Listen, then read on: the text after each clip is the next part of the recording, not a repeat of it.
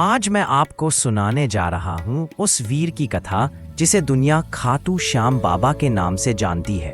पांडवों के पोते घटोत्कच के पुत्र वीर बर्बरीक की अमर गाथा। बहुत समय पहले महाभारत का युद्ध होने वाला था। पांडव और कौरव आमने सामने खड़े थे। युद्ध का परिणाम क्या होगा यह कोई नहीं जानता था। बर्बरीक, जो भीम के पुत्र घटोत्कच और मोरवी के बेटे थे, अपने समय के महान धनुर्धर और शक्तिशाली योद्धा थे। वे बचपन से ही वीरता और शौर्य के लिए प्रसिद्ध थे।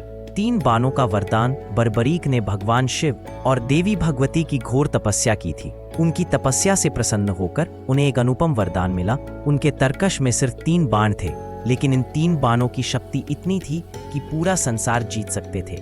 पहला बाण, जिस चीज को वह बाण छू ले उस पर निशान लग जाता। दूसरा बाण, जिस चीज को वह चाहे उस पर भी निशान लगा देता। तीसरा बाण सारे निशान वाले लक्ष्य को नष्ट कर देता, अर्थात 3 बाणों से वह पूरी पृथ्वी को भी नष्ट कर सकता था। बर्बरीक का प्रण। बर्बरीक बहुत दयालु और न्यायप्रिय थे। उन्होंने प्रण किया था, मैं हमेशा युद्ध में कमजोर पक्ष का साथ दूंगा। उनका मानना था कि धर्म वही है जो पीड़ित का साथ दे। श्री कृष्ण से भेंट। महाभारत युद्ध से पहले जब बर्बरीक युद्ध भूमि की ओर जा रहे थे तो मार्ग में भगवान श्री कृष्ण उनसे भिक्षुक का रूप धारण करके मिले। कृष्ण ने उनसे पूछा, तुम युद्ध में किसका साथ दोगे? बर्बरीक ने उत्तर दिया, मैं तो सदैव कमजोर पक्ष का साथ दूंगा। कृष्ण मुस्कुराए और बोले, तो यदि तुम कौरवों के खिलाफ पांडवों का साथ दोगे तो कौरव कमजोर हो जाएंगे, तब तुम उनका साथ दोगे, फिर पांडव कमजोर हो जाएंगे, तब उनका साथ दोगे। इस तरह तुम एक ही समय में दोनों पक्षों का नाश कर दोगे। बर्बरीक अपने प्रण में फंस गए। श्री कृष्ण की परीक्षा। कृष्ण ने उनकी शक्ति परखने के लिए कहा, क्या तुम मुझे दिखा सकते हो कि 3 बाणों से पूरी पृथ्वी को जीत सकते हो?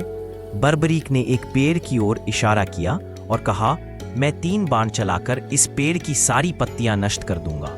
उन्होंने पहला बाण छोड़ा, जिसने हर पत्ती पर निशान लगा दिया। दूसरा बाण तरकश में से निकला और सारी पत्तियों को काट गिराया, यहां तक कि एक पत्ती कृष्ण के पांव के नीचे छिपी थी। वह बाण वहां जाकर भी उसे काटना चाहता था। युद्ध का अंत और प्रश्न। जब महाभारत युद्ध समाप्त हुआ, पांडव आपस में चर्चा करने लगे कि इस विजय का श्रेय किसे जाता है। कोई अर्जुन को मानता, कोई भीम को, कोई श्री कृष्ण को। तब कृष्ण ने कहा, चलो उस गवाह से पूछते हैं जिसने पूरा युद्ध देखा है। सब बर्बरीक के शीश के पास पहुंचे और पूछा, विजय किसकी वजह से मिली? बर्बरीक ने उत्तर दिया, मैंने युद्ध के दौरान सिर्फ सुदर्शन चक्र का चक्कर देखा, बाकी सब तो उसी की लीला थी। असली विजेता भगवान श्री कृष्ण ही है। निष्कर्ष, बर्बरीक की कथा हमें सिखाती है वचन का पालन कितना महत्वपूर्ण है।